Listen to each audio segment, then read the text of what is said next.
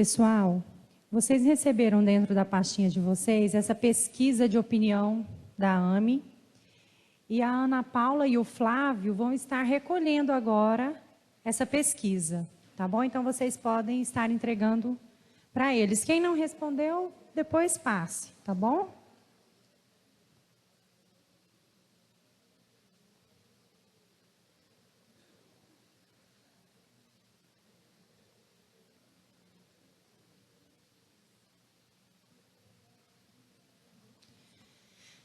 E convidamos o Dr. Gilson Luiz Roberto, médico com orientação em homeopatia, especialista em psicologia clínica analítica junguiana, presidente da AME Brasil, vice-presidente do Hospital Espírita de Porto Alegre, coordenador e professor do curso de pós-graduação em Saúde e Espiritualidade da Faculdade Monteiro Lobato, em Porto Alegre, com a palestra Homeopatia e Espiritismo, Ciências Afins?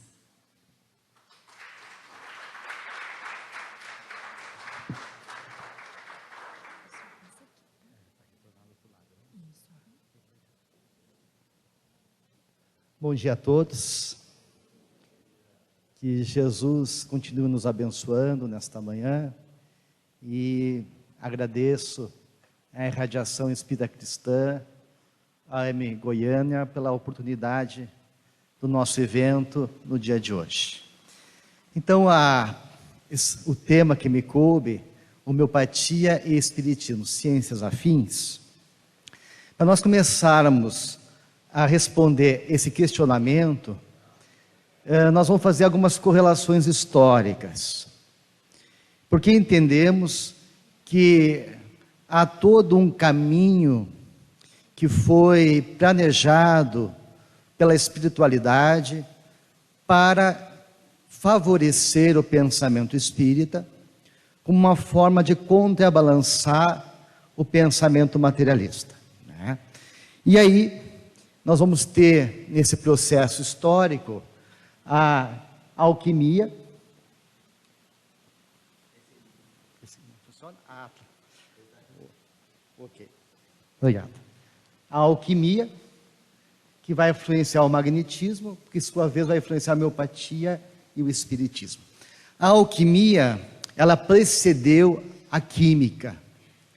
Os alquimistas, eles queriam descobrir a prima matéria. O que é a prima matéria? Eles entendiam que havia uma matéria universal, a prima matéria que dava origem a todas as matérias.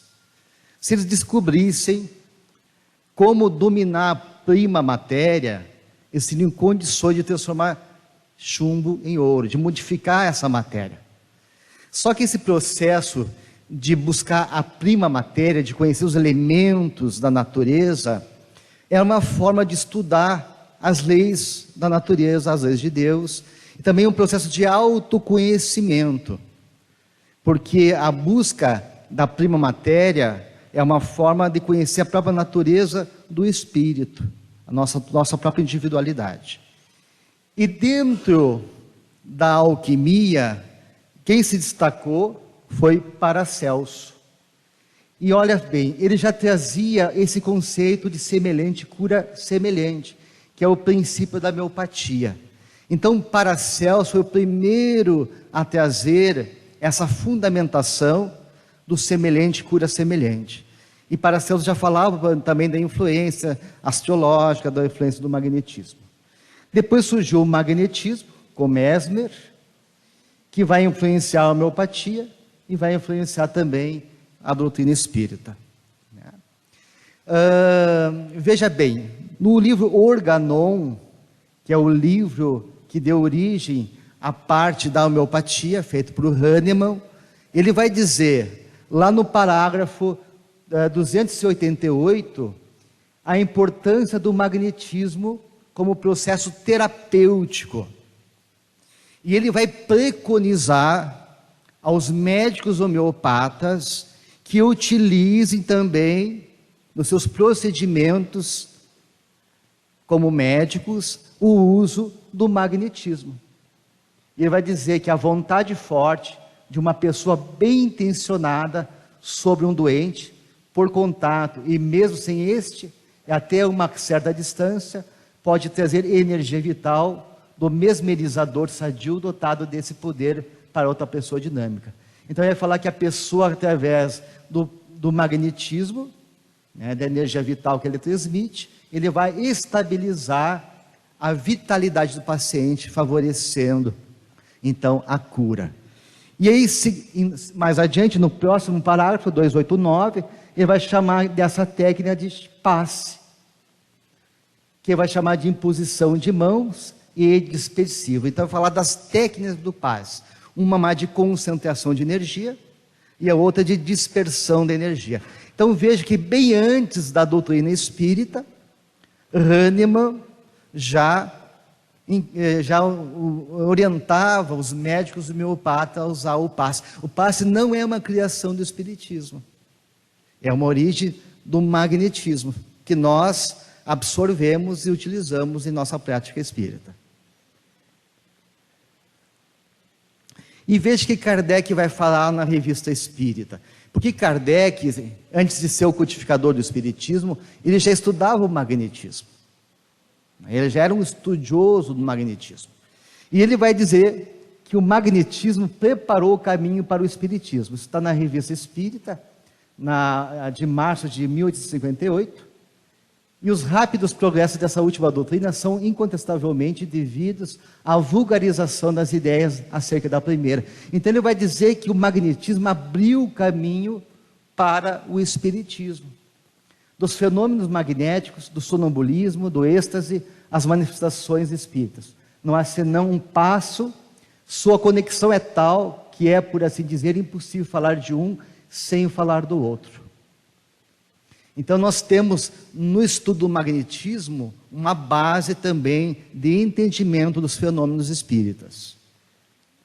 Então ele vai dizer que o magnetismo e o espiritismo são, com efeito, duas ciências gêmeas que se completam e explicam uma pela outra. E das duas, a que não se quer mobilizar-se, não pode chegar ao seu complemento sem se apoiar na sua congênere. Então vai dizer que uma depende da outra. Então a gente vê que historicamente o magnetismo ele vai estar presente tanto na homeopatia, como uma orientação de Hahnemann aos médicos homeopatas que usam o magnetismo através do passe, como também no espiritismo, como uma explicação dos fenômenos também mediúnicos, sonambúlicos e tudo mais. Na Revista Espírita, agora a relação da homeopatia com o espiritismo. Na Revista Espírita de janeiro de 1869, com o título Estatística do Espiritismo, Kardec faz a seguinte referência à participação dos homeopatas junto ao espiritismo. Os médicos homeopatas estão à frente das profissões liberais, porque com efeito é que aguarda a proporção, conta em suas fileiras maior número de adeptos do espiritismo. Em 100 médicos espíritas, há pelo menos 80 homeopatas. Então, na origem do espiritismo, são os médicos homeopatas aqueles que vão se vincular de uma maneira muito mais intensa, até por aproximação desses conhecimentos, por ter uma fundamentação filosófica idêntica, nós vamos ver aqui a partir da nossa exposição, havendo então já o apoio dos médicos homeopatas à doutrina espírita. E aí vamos fazer um parênteses, que é a questão do vitalismo, né? Hahnemann, ele vai ter como base o pensamento vitalista, a ideia de uma energia vital que mantém o nosso corpo humano. E essa influência veio de George Stahl. George Stahl, ele foi um médico que combateu aquele pensamento materialista que era vigente naquela época, dizendo que havia um processo anímico.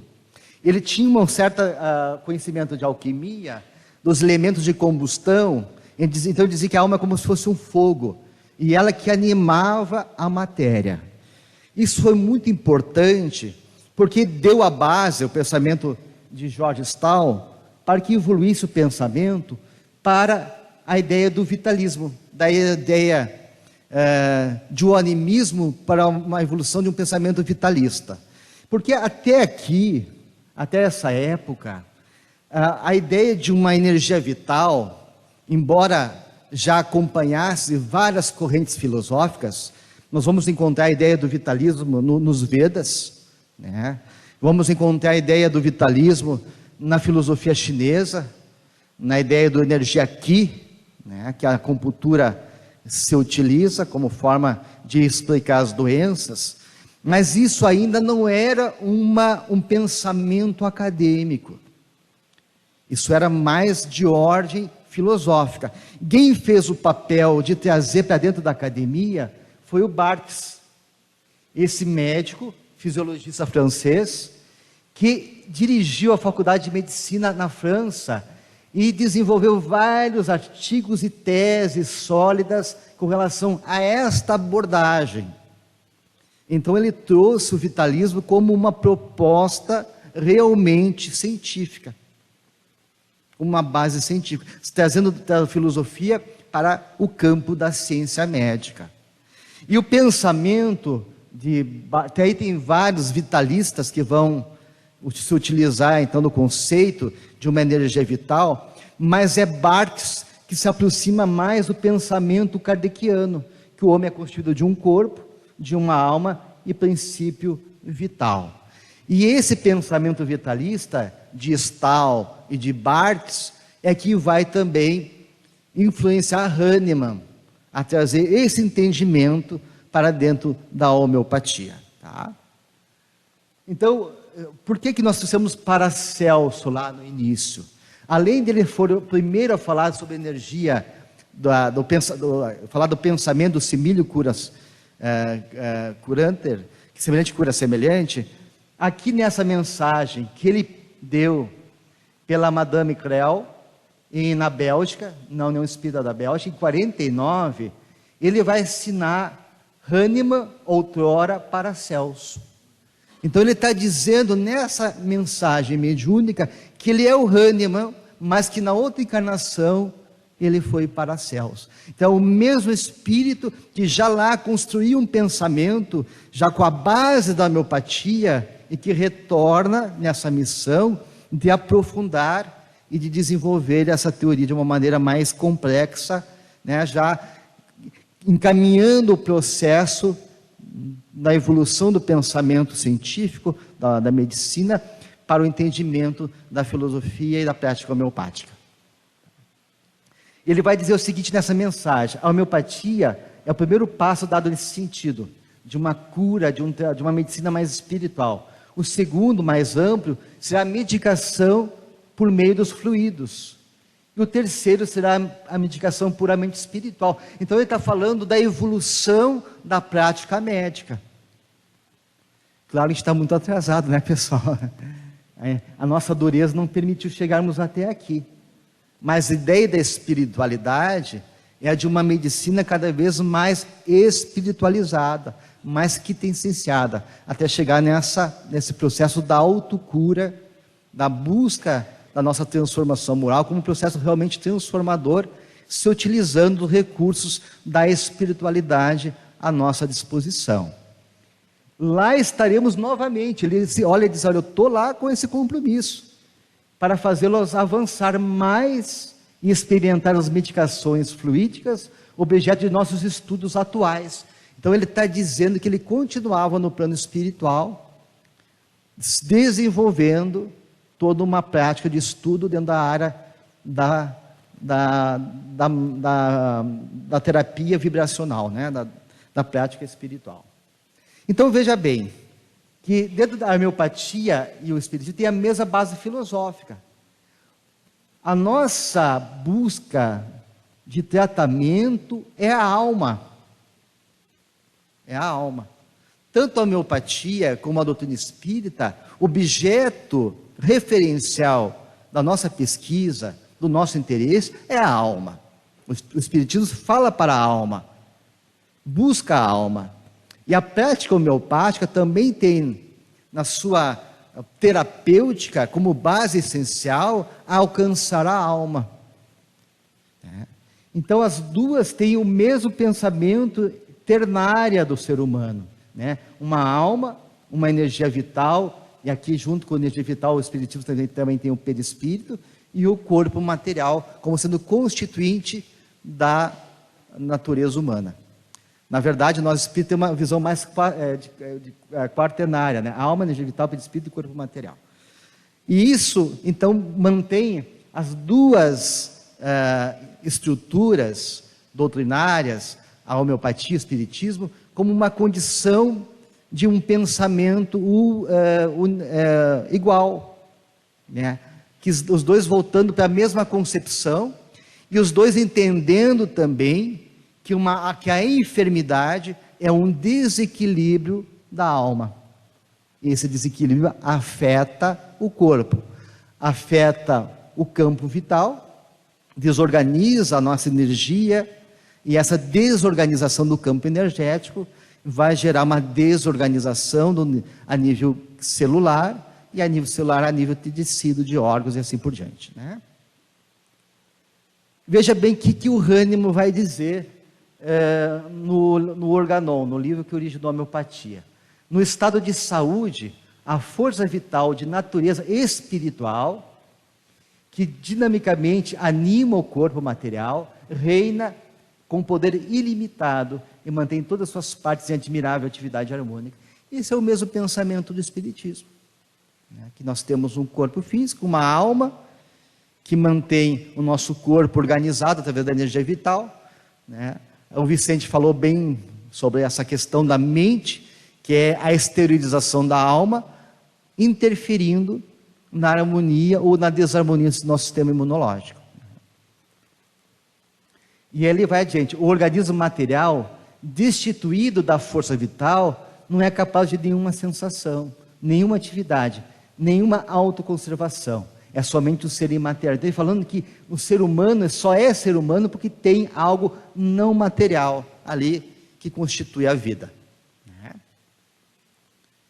E ele vai dizer que a mente, ela é fundamental para a compreensão dos fenômenos de doença, identificar doentes, que a base da doença é a mente. Por isso que o médico homeopata, ele vai focar nos sintomas físicos, mas o mais importante na anamnese, no acompanhamento do seu paciente, são as alterações emocionais que a homeopatia está provocando. Para o médico homeopata, ele vai focar nos fatores emocionais, na questão mental do paciente. E ele já, veja bem, já naquela época antecipava o que hoje nós chamamos de medicina psicossomática.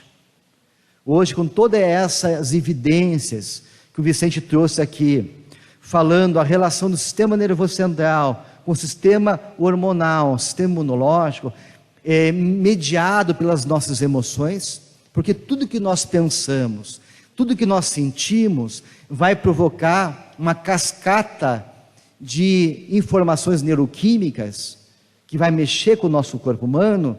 Hahnemann já dizia isso aí, dizia que as nossas emoções atuavam no nosso corpo humano, e através do equilíbrio das nossas emoções que nós conquistaríamos também a nossa saúde humana, né? E veja bem, reforçando essa ideia de uma correlação histórica e espiritual entre o espiritismo e a homeopatia, nós temos no livro Brasil, Coração do Mundo, Pátria do Evangelho, essa informação que Humberto de Campos traz, que Bento Moore e Vicente Martins, eles foram trazidos ao Brasil para a introdução da homeopatia, levado por inspiração divina. Então, os primeiros passistas no Brasil não foram os espíritos, porque eles chegaram aqui por volta de 1840. O livro dos espíritos foi em 1857, 17 anos depois. Os homeopatas já tratavam da mediunidade e já praticavam o passe, né, nas suas práticas. E veja bem que coisa interessante, já trazia também como lema a bandeira de Ismael, Deus, Cristo e caridade, mostrando essa conexão espiritual entre a homeopatia e o espiritismo.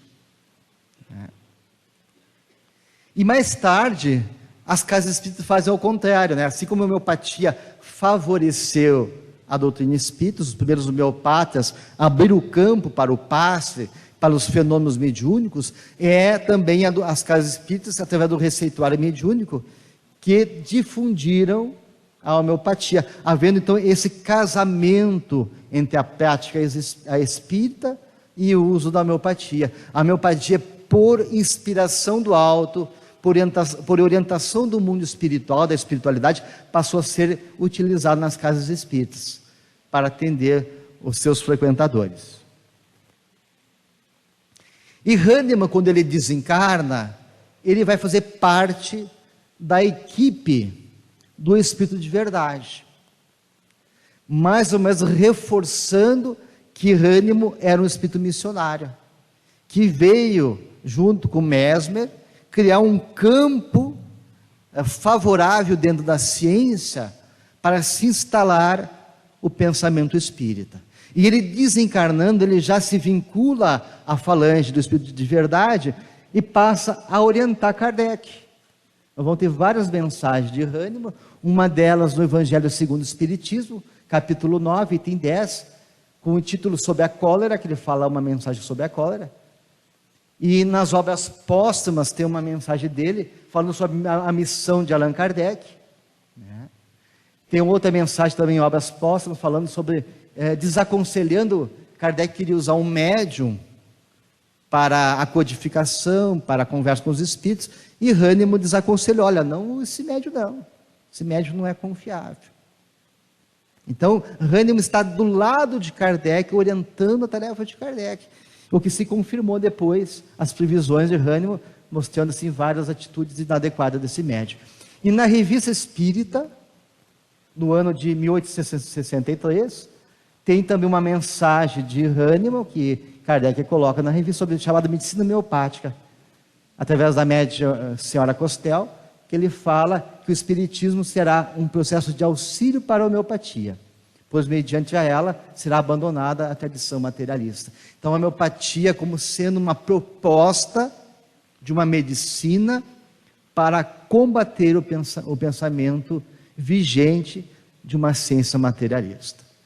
Hoje, dentro da ciência médica, que é uma ciência que tem uma abordagem ainda materialista, o que mantém a ideia de um pensamento vitalista, de uma alma, é a homeopatia e a acupuntura. São as duas especialidades que ainda conseguem manter uma visão mais ampla de ser humano na medicina. E mesmo assim a gente vê nos colegas acupunturistas já se distanciando da parte filosófica, né, Antônia? Pessoal indo mais para uma visão neuroquímica, mais neurológica, e deixando de lado a parte filosófica, né? Então realmente quem consegue manter uma abordagem espiritualista, uma abordagem que consegue contrabalançar uma visão materialista da medicina, é a homeopatia, porque nós realmente partimos de uma ideia que o ser humano é corpo e alma e energia vital. E Emmanuel, né, ele vai clarear ainda mais essas questões, né? Então, perguntado a Emmanuel, seria possível discorrer sobre o mecanismo de ação do medicamento homeopático nas estruturas profundas do corpo sutil? E ele vai dizer o seguinte: obedecendo a lei da sintonia, os princípios liberados pelas sucções são movimentos cinéticos. Quando a gente faz a homeopatia, a gente vai diluindo a gente pega uma substância, seja ela de ordem química, animal ou vegetal. A homeopatia ela usa os três reinos, né, mineral, vegetal e animal, para fazer a substância homeopática. Por exemplo, o arsênico, que é uma substância química. A gente vai diluindo uma parte do arsênico para 9 ou 100 partes de álcool. e pega uma parte daquela diluída e dilui mais para ser em 99 partes ou 9 partes. O decimal, o centesimal, é assim, de uma maneira sucessivamente. E durante esse processo a gente vai dando sucções, que é para liberar a energia curadora. Existe uma informação. Quando o médico homeopata está dando uma homeopatia, ele não está dando o princípio material que originou a homeopatia. Ele está dando uma informação curadora. É o que tem de mais moderno hoje na física quântica. Hoje a gente diz que a gente não passa mais matéria, a gente passa informação. Porque depois de uma certa diluição, através de um número de Avogadro, não tem mais matéria ali naquela homeopatia. Só tem energia curadora. Por isso que os médicos alopatas dizem assim, você está dando água para o paciente? Cadê o arsênio que estava aqui? Não tem mais arsênico. Porque o pensamento do médico alopata é um pensamento concreto. Para eles tem que dar matéria. Só que o pensamento do médico homeopata, nós temos que dar um princípio, uma ordem curadora, que aquele alimento liberou, contido naquela substância. Então muda totalmente a forma de entender a medicina. Nós tivemos lá, a convite do Marcelo da Didia, lá, um trabalho com doença de Crohn, né, em Campo Grande, com o pessoal de Harvard, pessoal da Itália, lá, os grandes estudiosos, pesquisadores de doença de Crohn, e eu tinha que falar sobre homeopatia para aqueles colegas lá, materialistas, né, do campo da pesquisa, e eu falei para eles, olha, vocês querem fazer pesquisa em homeopatia, pesquisa quantitativa, que não funciona. É a mesma coisa que colocar uma coisa redonda numa coisa quadrada. Se vocês não mudarem o pensamento de vocês, vocês não vão entender a homeopatia, porque é outra forma de compreensão. Vocês querem colocar a homeopatia dentro de um padrão materialista, de uma abordagem alopática. Por isso que as nossas pesquisas não são acolhidas em revistas indexadas, porque é outra forma. Se a gente individualiza o paciente, o mesmo medicamento que eu dou para uma doença de Crohn, para um paciente, pode ser diferente para outro. Então como é que eu vou repetir uma pesquisa usando a mesma medicação, se eu tenho que individualizar esse tratamento? Então não dá para a gente fazer esse tipo de relação alopatia e homeopatia. Eles teriam que mudar a abordagem de compreensão do fenômeno, para poder entender realmente como a homeopatia funciona. E é difícil para eles, que têm um pensamento concreto. Se não tem matéria, como é que aquele medicamento vai funcionar? Então, Emmanuel vai falar que através dessas sucções, se bem receitadas pela terapeuta ao seu paciente, penetre com facilidade a estrutura mais essencial do indivíduo, como infracorpúsculos ou linhas de força do mundo subatômico, que dizem respeito às unidades psíquicas em experimentação, para a reposição de estruturas danificadas ou estímulo a reações determinadas no cosmos organizado de manifestação do ser. Então, Emmanuel, através de um olhar da espiritualidade, fala que a homeopatia está entrando nessas correntes de forças, trazendo essas informações e movimentando o corpo para a cura. Essa mesma pergunta foi feita novamente para ele, então ele vai dizer o seguinte: o medicamento homeopático atua energeticamente e não quimicamente, ou seja, sua atuação terapêutica vai se dar no plano dinâmico ou energético do corpo humano, que se localiza no perispírito. A medicação estimula energeticamente o perispírito, que por ressonância vibratória equilibra as disfunções existentes. Então, há um toque, A homeopatia ela consegue atingir um nível mais vibracional, atuando sobre a energia vital, e por sua vez, através de uma ressonância vibracional, vai atuar sobre o perispírito e isso, por sua vez, no corpo físico.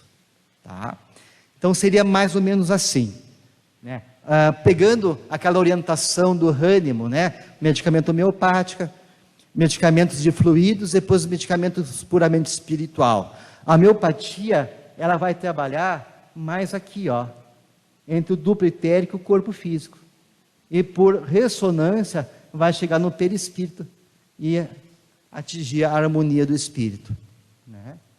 Já a fluidoterapia, ela vai atuar aqui entre o duplo etérico e o corpo espiritual. Ela é mais sutil ainda. Então, em termos de entendimento no estudo da prática homeopata e da fluidoterapia, nós entendemos que, como é um pouquinho mais densa, a homeopatia vai por esse caminho aqui, e a fluidoterapia por esse caminho, mas os dois buscando os mesmos objetivos, que é o equilíbrio da saúde humana através do campo vibracional, do equilíbrio das nossas energias vitais e alcançar a realidade da alma. Então, respondendo àquela pergunta, sim, a medicina homeopática e a doutrina espírita são ciências afins, que têm um vínculo muito forte no campo espiritual, no campo histórico e no campo também do entendimento do ser humano, né? Então, fica evidente, através dessa análise rápida, histórica e filosófica, essa correlação, essa ligação entre a homeopatia e a doutrina espírita. As duas têm o mesmo foco, que é o espírito. As duas, claro que a doutrina espírita deu de uma visão mais ampla, mais abrangente, né? Mas parte dessa realidade da alma, e a homeopatia mais no campo da saúde, da medicina. São duas também ciências, assim como o magnetismo, que se complementam, né? E é por isso que a gente vê hoje em dia as nossas casas espíritas ainda fomentando o receituário mediúnico, a prática da homeopatia, sendo uma corrente alimentada, sustentada pelo mundo espiritual, orientada pelo mundo espiritual. Os dois têm os mesmos princípios de sustentação e os dois têm a mesma linha de condução do mundo espiritual, né? Então era isso, pessoal. Obrigado pela atenção de todos.